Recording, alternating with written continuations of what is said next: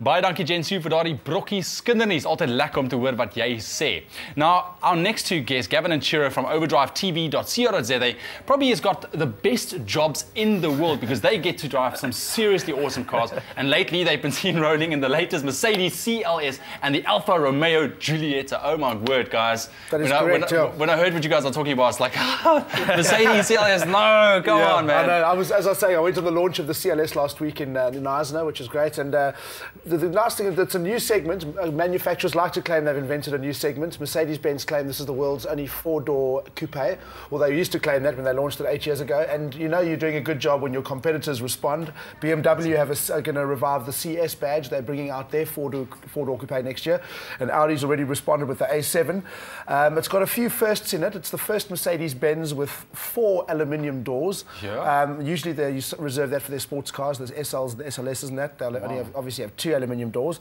And it's also got a new lighting system. It's the first full LED lighting system. Really? And Mercedes claim, we didn't get to drive it at night, unfortunately, but they claim these lights are so good that when you're driving at night, your vision is exactly the same as daylight. Are you serious? Yeah. But that's fine if you're in the Mercedes. What if you're driving towards the Mercedes? Well, you'll probably think dawn's broken, first of all. But what the Merc have thought that through. What the Merc does, it actually sees which car's coming and it adjusts the beams away from oncoming traffic, so you won't blind anyone coming in. I was lucky enough. I had a glass of wine with a guy from Merc the night before at dinner. Just one, obviously. and I managed to get out of him which number to choose in the morning because it's a bit of a lottery because they had the CLS 63, the AMG there. So I was told to choose number 12, which I duly did. So I got to drive the CLS 63 AMG called Edition 1, which is just absolutely phenomenal. There's only so much you can say about AMG Mercedes-Benz, as they are truly, truly phenomenal. And this was no different. It's got the big V8 bi-turbo engine. And it was just such a phenomenal driving experience. I then got to drive the CLS 500, and I think that's all the Merc you need. And this, the CLS 500 was as good. Obviously not as crazy as the AMG, but a really good car. And the interior lacquer?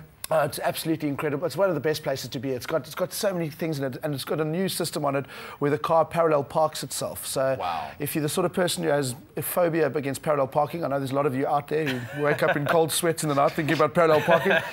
25,000 Rand, and on top of the 1.4 million you're already paying for the car, another 25 grand, and the car will park itself for you. And we were just saying, you know how many parking attendants you could pay off with 25,000? Exactly. So wow, press a button, you're almost like autopilot. Completely. Cool. So let's move on there. Okay, onto the Alfa Romeo Guilietta. Now, Alfa Romeo and Guilietta have had a long romance. It's 25 years old, the name, and nostalgia is a powerful marketing tool, as we know. Sells very well. Yeah. Sells very well. So South Africans will know the Guilietta name quite well because South Africa was the biggest market outside of Italy for Alfa Romeo for many, many years. I didn't realize that either. And what a fantastic car. Really great little car. I think for a long time, Italians focused mainly on the aesthetics. They did about 4 years of development, making sure that the leather was perfectly stitched, and then they thought, we've got to wire this thing. So they did that on the last day, and then went for lunch. So Alphas aren't known for their reliability, but they backed themselves a bit with their new warranty. So what they've done, I mean, they've got a lot of competition in the segment. The Volkswagen Golf, the Audi A3, the Ford Focus, the Opel Astra. There's a lot of competition here. So they've come in with a 5-year service warranty instead of a 3-year. So it just shows you that they are more confident with this car, and the prices are very competitive as well. And handles brilliantly. I think I actually said to my launch partner on this one that it handles like an Italian club manager on too many Red Bulls. It just sort of seems to dance across the tarmac. It's huge fun to drive, but there's just not enough power. If you want more power, go for the 1750. Otherwise, if it doesn't bother you, you want to save fuel, go for the 1.4. But beautiful car for a nice Sunday drive, chill out, countryside. Great car, and also it'll say something about you if you buy an Alfa Romeo. It always attracts individuals. I'm not quite sure what it says, but it says something. Awesome, guys. Thank you so much, man. Always nice to have you on eXpresso. We'll see you again soon. Thank you very much.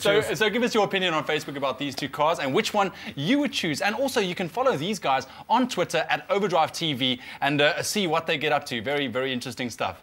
Now, this week we've been learning all about heartburn, what it is, the signs and symptoms, and now we're crossing over to the Hello Doctor studio to get some tips on how to live with it if you do suffer from it frequently. Stay with eXpresso and SABC3.